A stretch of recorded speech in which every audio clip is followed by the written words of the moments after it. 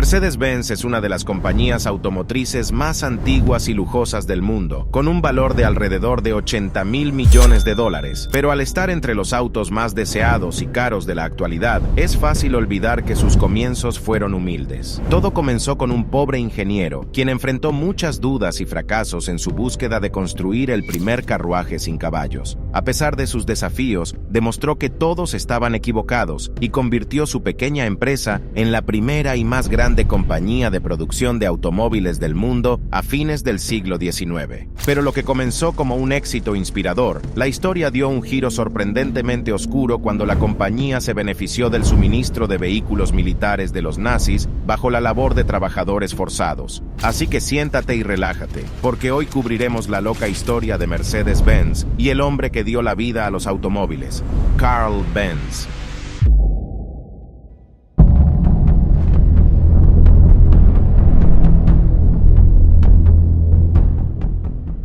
Carl Benz nació en 1844 en la ciudad alemana de Mühlberg, en un hogar de clase baja. Su padre era un conductor de locomotoras que apenas lograba mantener a su familia lo suficiente para sobrevivir. Sin embargo, cuando Carl cumplió 2 años, su padre falleció. Él y su madre se encontraban en una situación financiera desesperada. No hace falta decir que la infancia de Carl no fue fácil, pero a pesar de vivir en la pobreza y acostarse con el estómago vacío, su madre hizo todo lo posible para asegurarse de que su hijo tuviera una buena educación. Carl pudo asistir a la escuela y mostró signos de brillantez a una edad muy temprana, especialmente en química y mecánica. Cuando cumplió 15 años, Carl decidió seguir los pasos de su padre y aprobó el examen de ingreso para ingeniería mecánica en la Universidad de Karlsruhe, donde conoció a un maestro que eventualmente jugaría un papel importante en su vida, Ferdinand Redenbacher. Redenbacher es considerado como una figura principal que transformó a la ingeniería mecánica de una profesión basada en un taller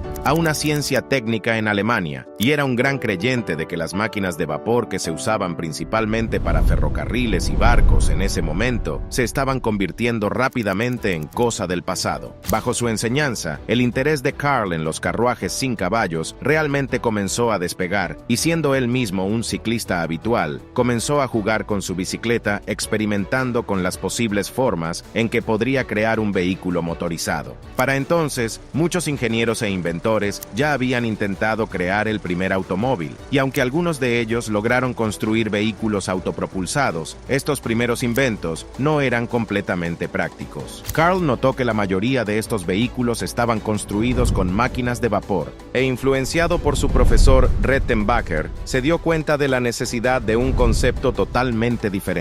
Mientras mucha gente se reía de su visión, él siempre creyó que era posible. Solo necesitaba más tiempo para demostrarlo. Por lo tanto, después de graduarse de Karlsruhe a los 19 años, Benz pasó los siguientes 7 años laborando en varios trabajos de ingeniería y construcción, y mientras luchaba por encajar bien en cualquiera de ellos, aprovechó todo lo que aprendió para poner en marcha su propia empresa en 1871. A los 27 años, se asoció con un mecánico llamado August Ritter, y juntos comenzaron a operar una fundición de hierro y un taller mecánico en Mannheim. Al mismo tiempo, Benz siguió trabajando paralelamente experimentando con un carruaje motorizado, por lo que tener un socio que ayudara a administrar el negocio parecía muy esencial. Desafortunadamente, su socio comercial resultó ser poco confiable, y después de que las autoridades locales incautaran sus herramientas, la compañía luchó inmensamente durante su primer año. Afortunadamente, Carl también había conocido a una mujer para entonces,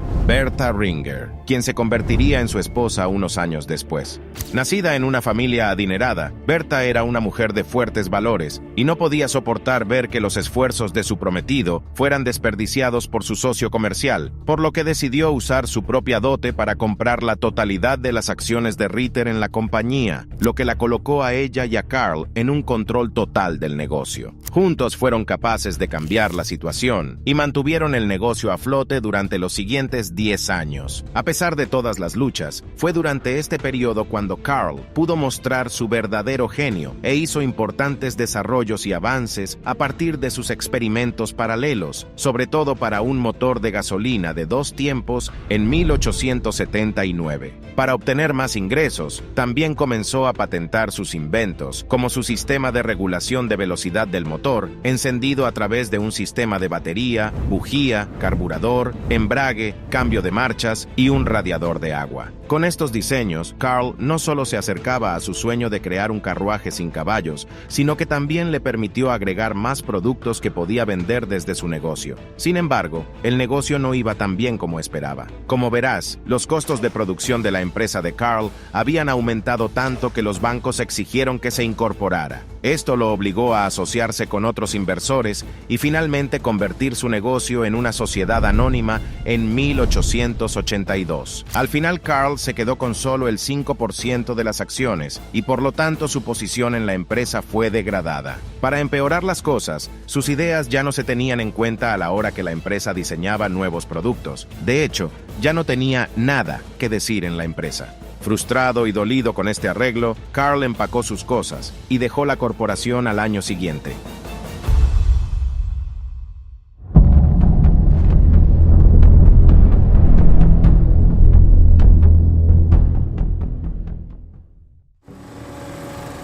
Dejar su empresa fue un duro golpe para Carl, pero la decepción lo hizo aún más decidido a tener éxito. Su pasión de toda la vida por las bicicletas lo llevaría a Max Rose y Friedrich Wilhelm, 2 hombres dueños de un taller de reparación de bicicletas en Mannheim.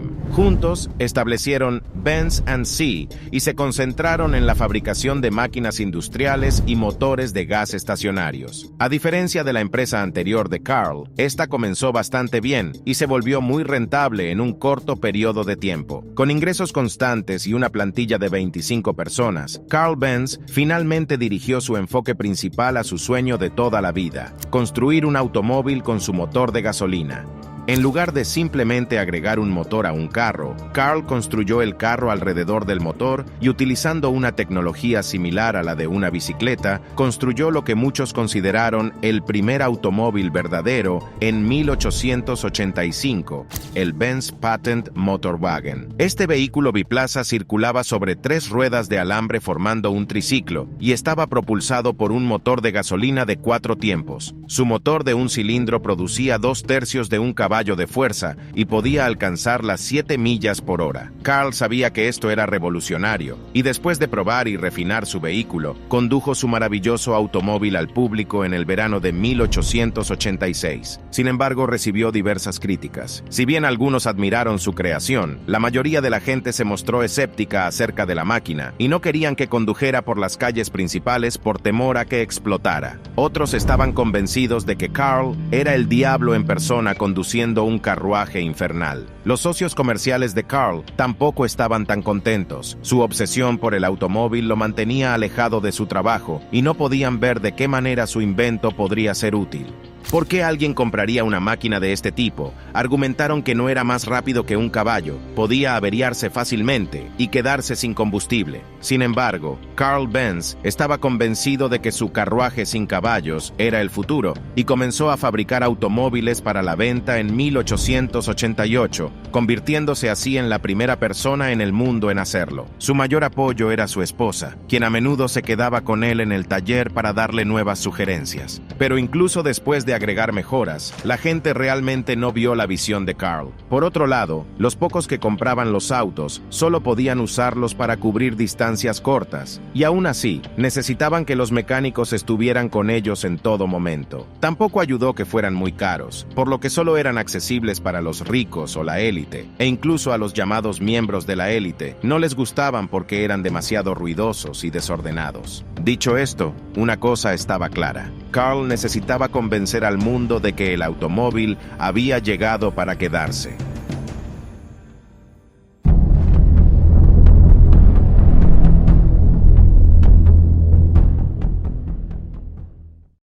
Una mañana del verano de 1888, Bertha Benz se levantó muy temprano mientras Carl aún estaba en la cama y se subió al auto de su esposo para emprender uno de los viajes más importantes en la historia del automóvil. Ella trajo a sus 2 hijos y se dispuso a visitar a su madre en Pforzheim, que estaba sumamente lejos, a 66 millas de Mannheim.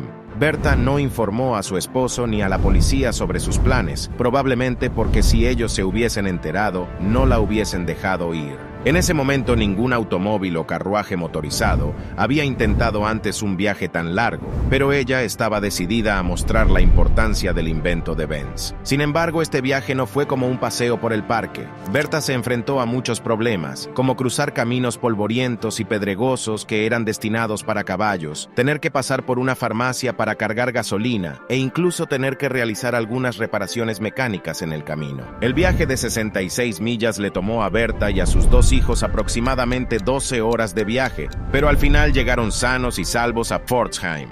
Principalmente el viaje logró el objetivo que Bertha se había propuesto, hacer notar que el automóvil había llegado para quedarse. Con esto el Benz Motorwagen se convirtió en la charla de la ciudad y recibió gran publicidad para el negocio de Carl. Muy pronto, Benz & Cie comenzó a expandirse rápidamente, tanto que en 1890 se convirtió en el segundo fabricante de motores más grande de Alemania, aunque no por la venta de automóviles, sino por sus motores de gasolina estacionarios.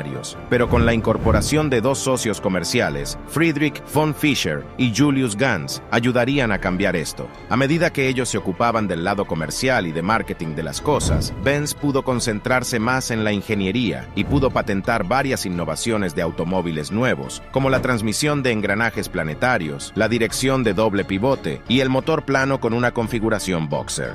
También diseñó y fabricó un automóvil nuevo y mejorado por recomendación de sus socios comerciales que salió a la venta en 1893. Lo llamó el Benz Victoria. Este era un vehículo de 2 pasajeros más lujoso que venía con un motor de 3 caballos de fuerza, capaz de alcanzar las 11 millas por hora. Gracias a su confiabilidad, este vehículo se vendió bastante bien. Sin embargo, fue su diseño posterior, el Benz Velo más económico, el que realmente despegó. Con una producción total de aproximadamente 1.200 unidades, el Benz Velo se convirtió en el primer automóvil de producción a gran escala del mundo en la historia, lo que convirtió a Benz & Cie en la compañía automotriz más grande del mundo durante la década de 1890 y principios del siglo XX. Sin embargo, aunque la empresa Benz disfrutaba de mucho éxito, también sentía mucha presión por parte de otra empresa que estaba situada no muy lejos, Daimler Motoren Gesellschaft.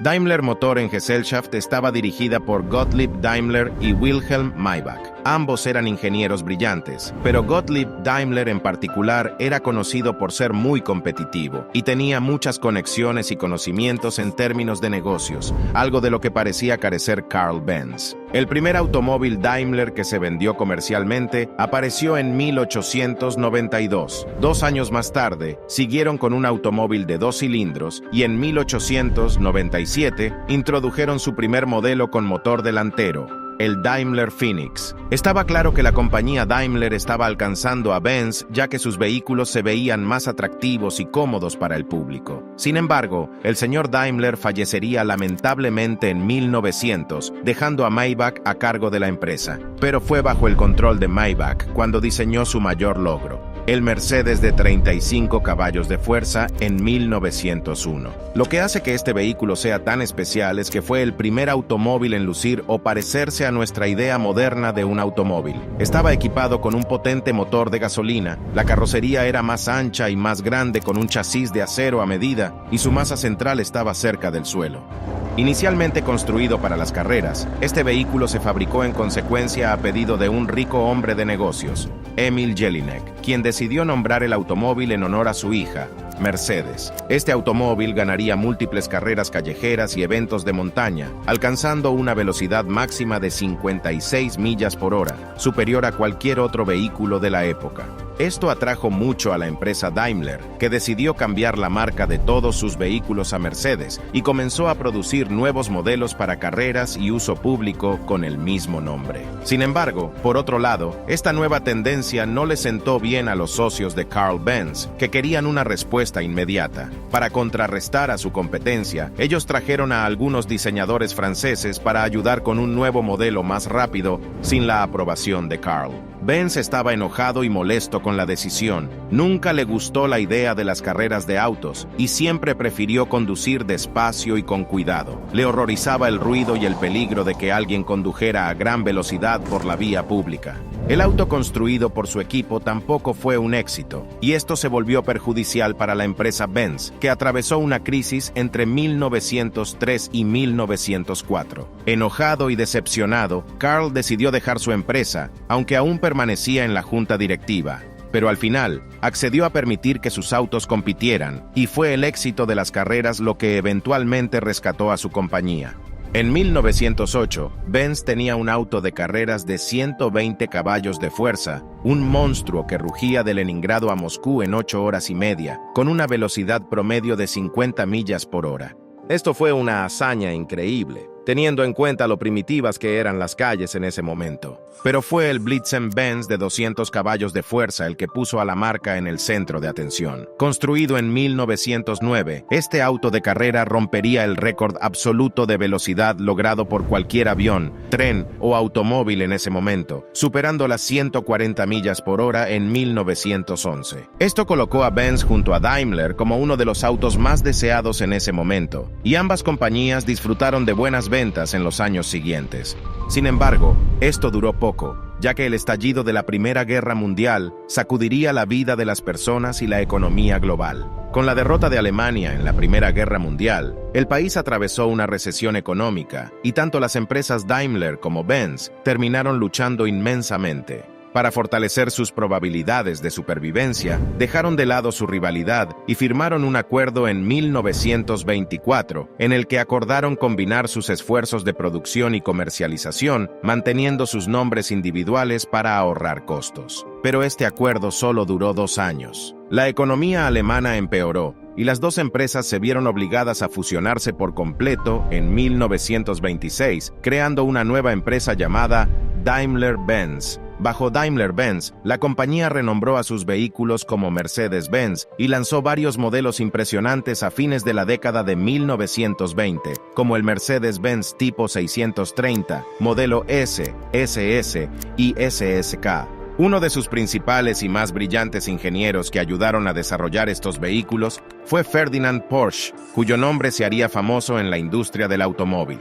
En cuanto a Carl, permaneció en la junta directiva de Daimler-Benz y pudo ver el éxito de sus automóviles y quedó maravillado y satisfecho con lo lejos que había llegado la industria. Lamentablemente, falleció poco después de la fusión de la compañía, en abril de 1929, a la edad de 84 años.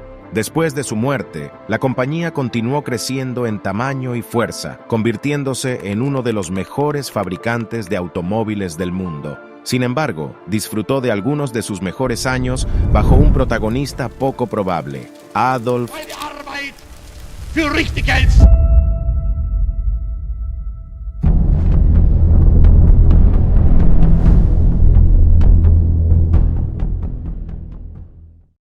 Cuando llegó al poder en Alemania en 1933, quería mostrar la ingeniería y la tecnología alemana al mundo entero, con el objetivo de tener su punto de vista político por encima de los demás. Una forma en que decidió impresionar al mundo fue exhibiendo autos alemanes en deportes de motor internacionales. Casi de inmediato, otorgó un gran subsidio a Daimler-Benz para participar en las carreras de Grand Prix. Ninguna otra compañía de automóviles en ese momento habría gastado tanto tiempo y dinero en la construcción de autos veloces como Daimler-Benz, y esto se hizo evidente en la pista de carreras. De 1934 a 1939, Mercedes dominó las carreras de Grand Prix, conduciendo a velocidades de hasta 200 millas por hora con sus modelos W25 y W125. Sin embargo, también fueron desafiados por un nuevo rival, Auto Union, otro fabricante de automóviles alemán patrocinado por su propio país. Auto Union continuaría teniendo su parte justa de éxito durante el mismo periodo, ganando 25 carreras entre 1935 y 1937. Estos éxitos colocaron a Alemania en la cima del mundo con eventos de automovilismo, especialmente a Mercedes-Benz, que incluso se convirtió en la marca de automóviles preferida De hecho, uno de los automóviles en los que se le veía con frecuencia era el Mercedes-Benz 770, un gran vehículo de lujo utilizado principalmente por políticos nazis de alto rango